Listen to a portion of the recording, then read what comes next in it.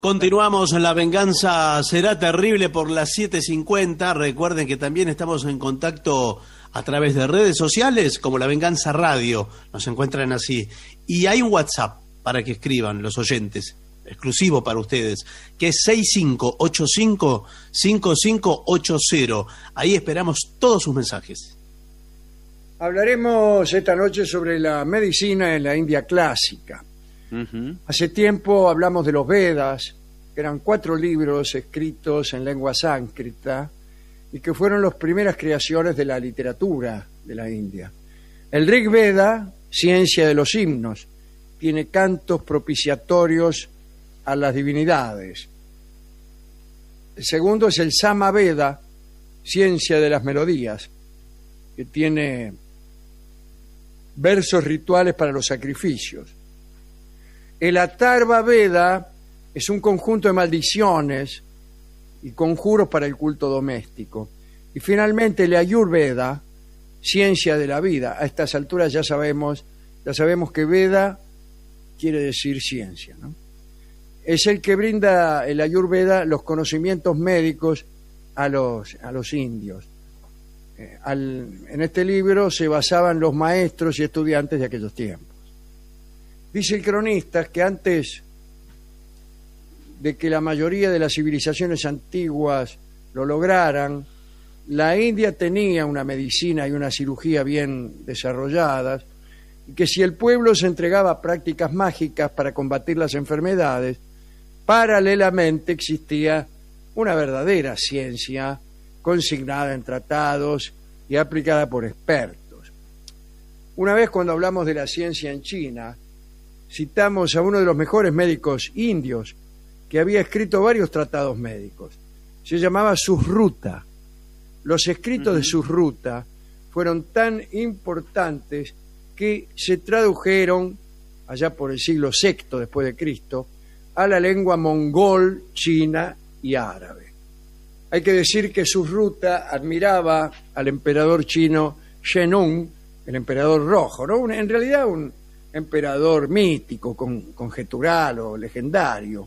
Había vivido en el 2800 antes de Cristo. Dice que Shenong había brindado a los chinos el conocimiento de la agricultura y de las hierbas medicinales. Y Susruta, que era el admirador de este emperador, contaba que Shenong tenía las paredes del abdomen y del estómago tan finas que parecían de cristal. De este modo, Shenong, el emperador chino, podía mirarse y observar directamente el funcionamiento de su aparato digestivo.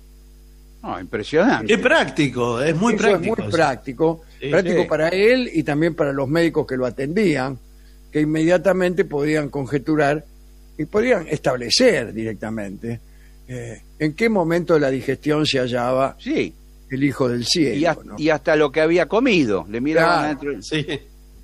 Pero así hacía Shenong para comprobar la acción de muchas hierbas medicinales y ensayar efectos de venenos y contravenenos.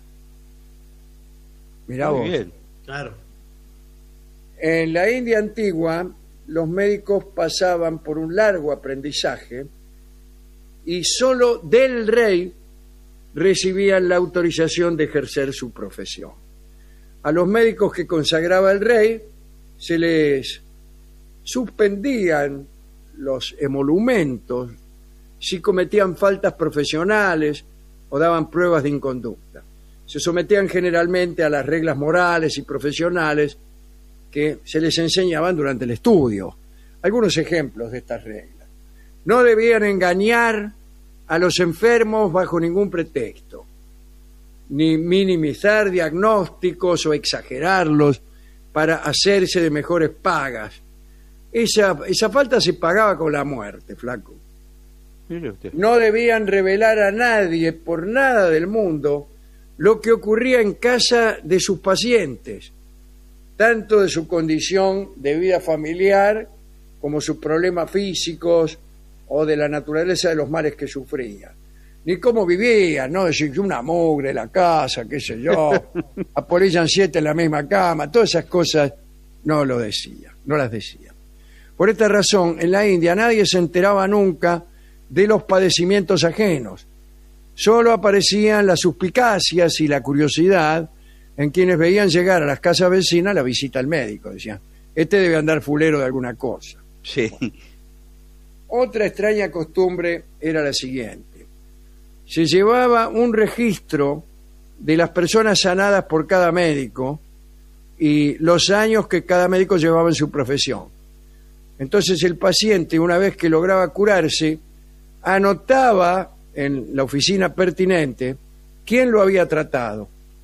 Para elegir sanador, la gente no hacía otra cosa que remitirse al registro y observar cuál era el médico que acreditaba mejores actuaciones. Con lo cual todo lo que dije antes viene a ser mentira.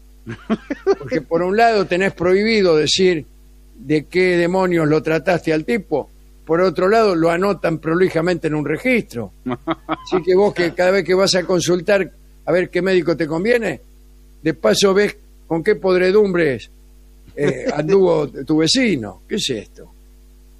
Bueno, era necesario que se presentara al médico el jefe de la familia del enfermo. Cuando un enfermo necesitaba los cuidados de un médico, iba el jefe de la familia y se presentaba en nombre del perjudicado, salvo que fuera el propio jefe de la familia el que estaba fulero. Era necesario que esa diligencia se hiciera en un momento de buen augurio, que debía ser dictaminado por algún astrólogo.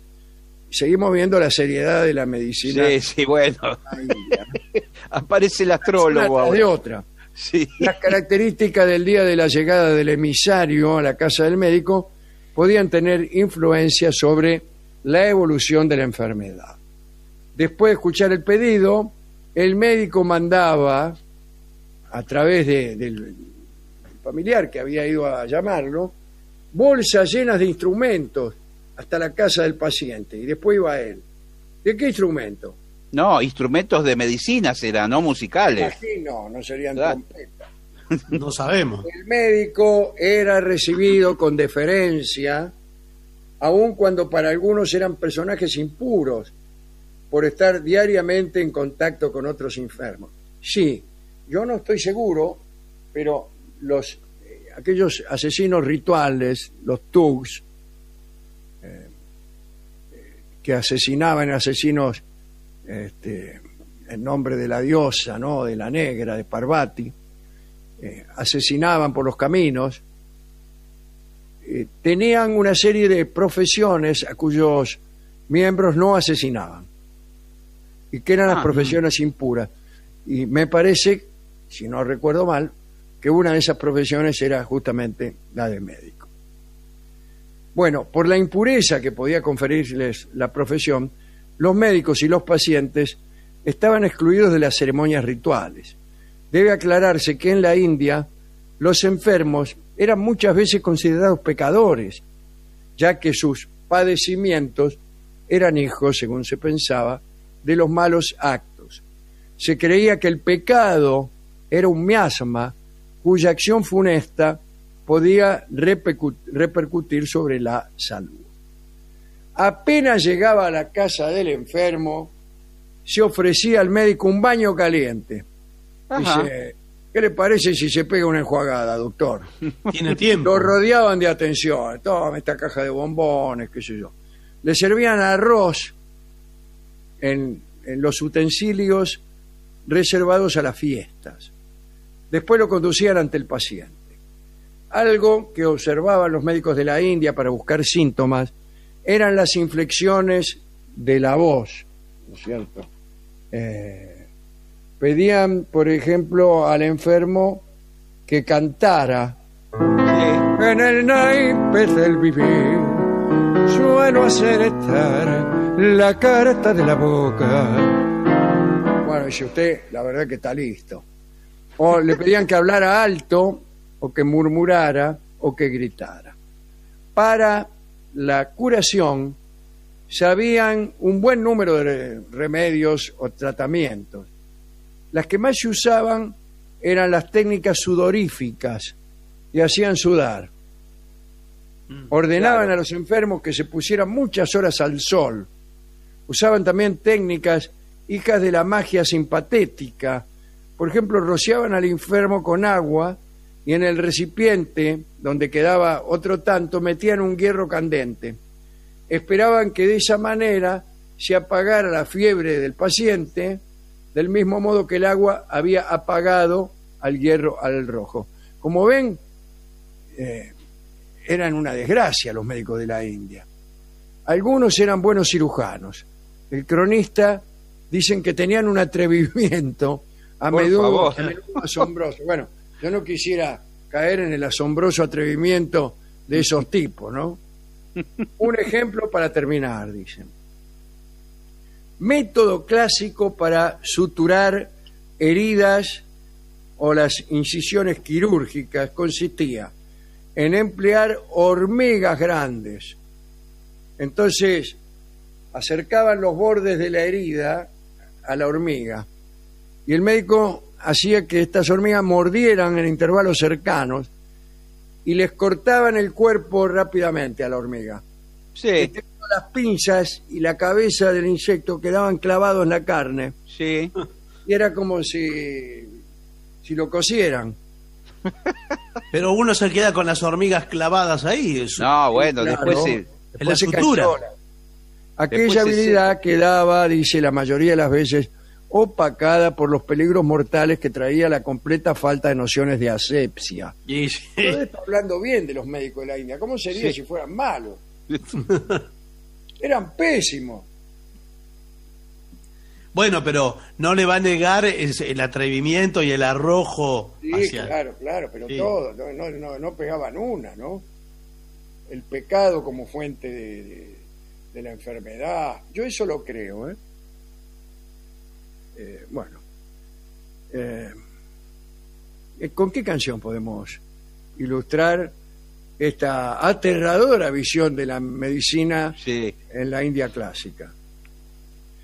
Escucharemos a Omar Moreno Palacio en dúo con Jorge Marciali en un gato tradicional del tiempo de Ñaupa que se llama El Buen Remedio. El Buen Remedio, muy bien, muy lindo, dedicado a todos los médicos, aunque es un gato dedicado a una curandera pero para el caso es lo mismo, a todos los médicos de la India, ¿eh? Y al doctor Karagencián.